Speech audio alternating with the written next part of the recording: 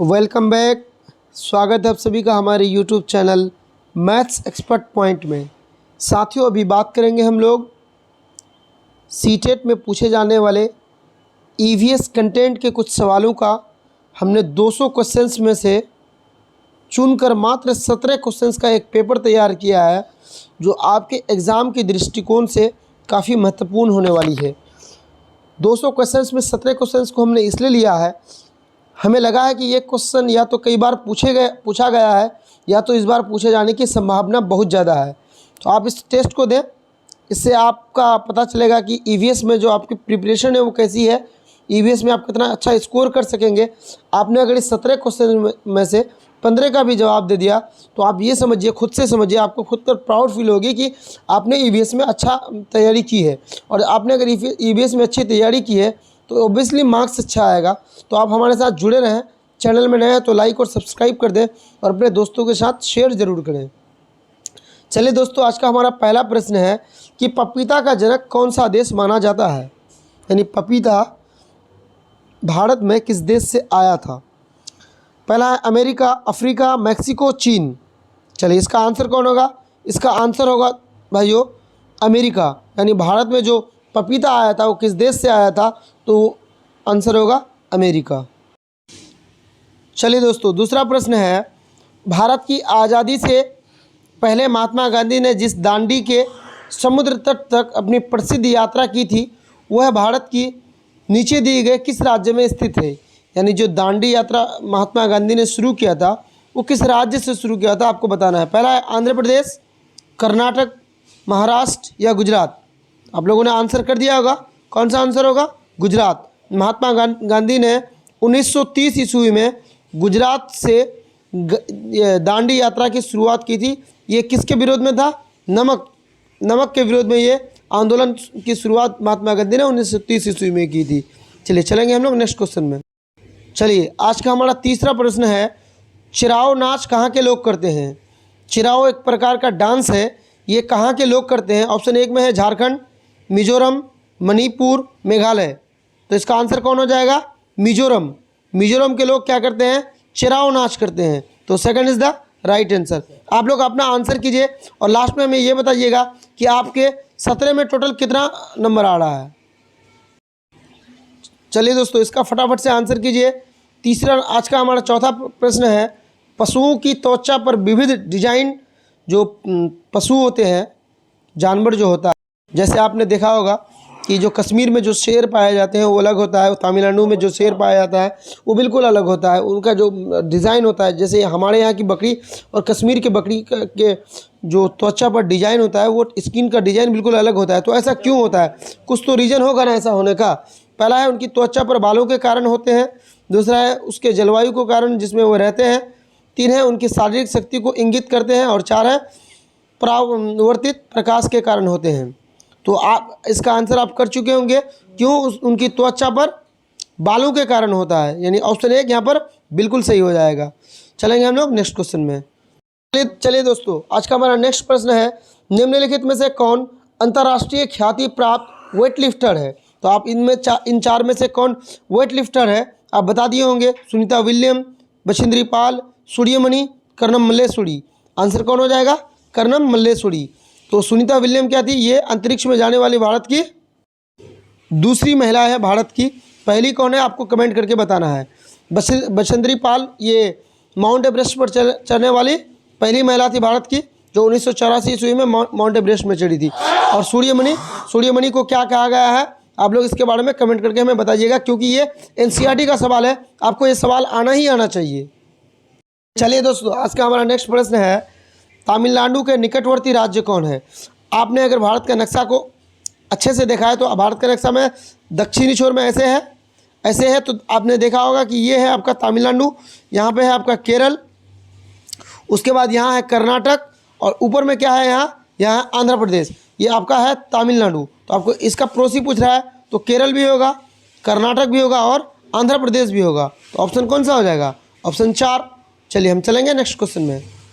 चलिए दोस्तों, आज हमारा नेक्स्ट प्रश्न है कि निम्नलिखित राज्यों के समूह में किस एक समूह के समुद्र तट अरब सागर पर है। अरब सागर। फिर आप नक्शा अगर आपने पढ़ा है तो देखिए अरब सागर किस तरफ है, ये आपका पूरब है और ये आपका पश्चिम है। तो अरब सागर पश्चिम तरफ है, तो पश्चिम तरफ कौन कौन सा राज्य होगा आपको बताना है। तो अरब सागर में देखिए, अब हम नीचे से चलते हैं, तमिलनाडु नीचे में है, आंध्र प्रदेश देखिए इस साइड में है, पूरब में है, तो ये नहीं होगा। केरल पश्चिम में सही है, कर्नाटका भी पश्चिम में है, लेकिन पश्चिम बंगाल कहाँ है, ये पश्चिम बंगाल जो है ये ऊपर में है, तो ये भी नहीं होगा, ये हम लोग का बिहार का कनेक्टेड में है। और 2 में है आंध्र प्रदेश, तेलंगाना, उड़ीसा। देखिए उड़ीसा भी पूरब तरफ है, आंध्र प्रदेश भी पूरब तरफ है, तेलंगाना भी पूरब है, तो ये भी नहीं होगा। अब 1 में है कर्नाटक, यानी देखिए कर्नाटक क्या है, पश्चिम में है, केरल उसके बगल में है जस्ट, और गुजरात भी उसके बगल में जस्ट ऊपर में है। तो क्या कौन सा ऑप्शन हो जाएगा, कर्नाटक, केरल और गुजरात। तो option A one is the right answer. चलिए दोस्तों, हमारा नेक्स्ट प्रश्न है, उस जानवर का नाम बताइए जो हमेशा कुछ ना कुछ कुतरता रहता है ताकि उसके आगे के दांत ना बढ़े। तो आपने आंसर इसका कर लिया होगा, कौन ऐसा जानवर है जो हमेशा कुछ ना कुछ कुतरते रहता है ताकि उसका आगे का दांत नहीं बढ़े। पहला है चूहा, चील, बिल्ली और गिलहरी। ये आपके एनसीईआरटी का सवाल है, इसमें कौन हो जाएगा, गिलहरी। तो 4 यहाँ पर बिल्कुल सही है। आपको आंसर करते जाना है और लास्ट में बताना है कि आपको टोटल कितना सही हुआ। चलिए दोस्तों, हमारा नेक्स्ट प्रश्न है, निम्नलिखित में से कौन सा जीव घोंसला बनाता है। 4 ऑप्शन हैं, आप इसमें घबराना नहीं है, ये बिल्कुल आपके एनसीईआरटी का सवाल है। 4 में से कौन घोंसला बनाता है। पहला है कोबरा, अफाई, दुबैया और करेत। ये चारों क्या है, भारत में यही 4 ऐसा प्रकार का सांप है जिसमें जहर पाया जाता है। बाकी इसके अलावा जितने भी सांप भारत में पाया जाता है, किसी भी सांप में जहर नहीं पाया जाता है। आप इसको अच्छे से नोट डाउन कर लीजिए कि भारत में 4 प्रकार के सांप पाए जाते हैं जो जहरीले होते हैं। तो कोबरा, अफाई, दुबैया और क्रेत, इसमें से एक प्रकार का सांप है जो घोंसला बनाकर रहते हैं। तो कौन सा हो जाएगा, कौन सांप घोंसला बनाकर रहते हैं। तो इसका आंसर हो जाएगा कोबरा। कोबरा सांप जो होता है वो घोंसला बनाकर रहता है। बाकी सांप किसी भी बिल में रह जाते हैं, लेकिन कोबरा घोंसला बनाकर रहता है। तो एक यहाँ पर बिल्कुल सही हो जाएगा। नेक्स्ट प्रश्न है, इसका रंग काला होता है और अपने शरीर को ठंडा रखने के लिए कीचड़ पर खेलना पसंद करते हैं। तो कौन ऐसा जानवर है जिसका शरीर का रंग जो है काला होता है और कीचड़ में क्या कर रहे हैं, खेलना पसंद करते हैं। 1 नंबर में स्लोथ, हाथी, शेर, बाघ। आपने इसका आंसर कर दिया होगा, हाथी। हाथी क्या है, ये काला होता है, इसका शरीर अपने शरीर को ठंडा करने के लिए ये कीचड़ में खेलते हैं।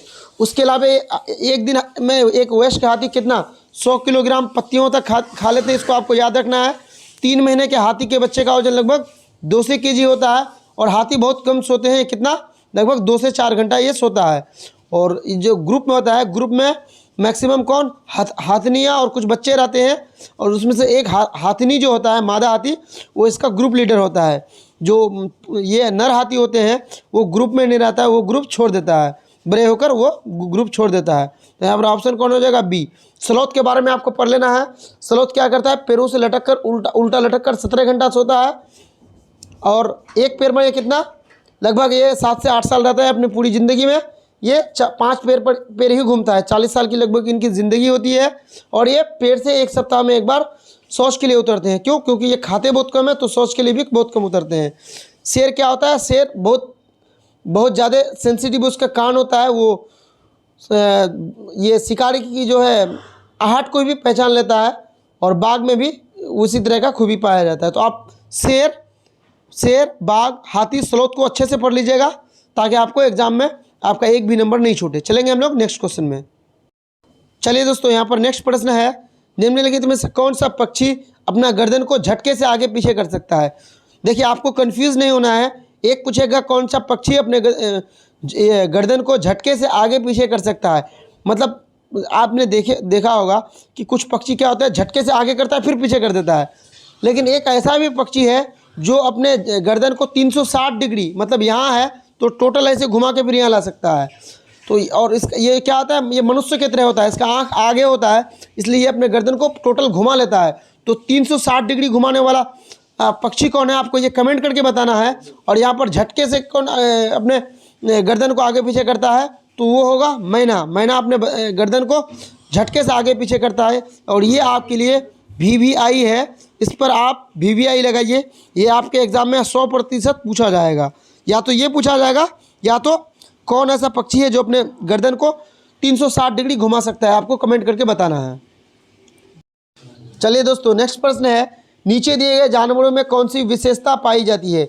यहाँ पर आपका 4 जानवर और पक्षी जो है दिया हुआ है एक साथ में। इसमें सेम किसमें एक तरह की विशेषता पाई जाती है। पहला है छिपकली, गौरैया, कछुआ और सांप। इन 4 में सेम विशेषता क्या पाई जाती है। पहला है उनके शरीर सल्क से ढके होते हैं, दूसरा है वे अंडे देते हैं, तीसरा है वे जहरीले होते हैं, और चौथा है वे भूमि और जल दोनों में रहते हैं। देखिए 4 नंबर ऑप्शन को हम देखेंगे, वो भूमि और जल। तो देखिए आपने अब तक कर दिया होगा, छिपकली जो है वो भूमि में तो रहते हैं लेकिन वो जल में नहीं रहते हैं, तो ये कट जाएगा। वो जहरीले होते हैं, तो आपने कभी सुना है कि छिपकली तो और सांप के अलावे कछुआ और गौरैया जहरीला होता है, तो ये भी गलत हो जाएगा।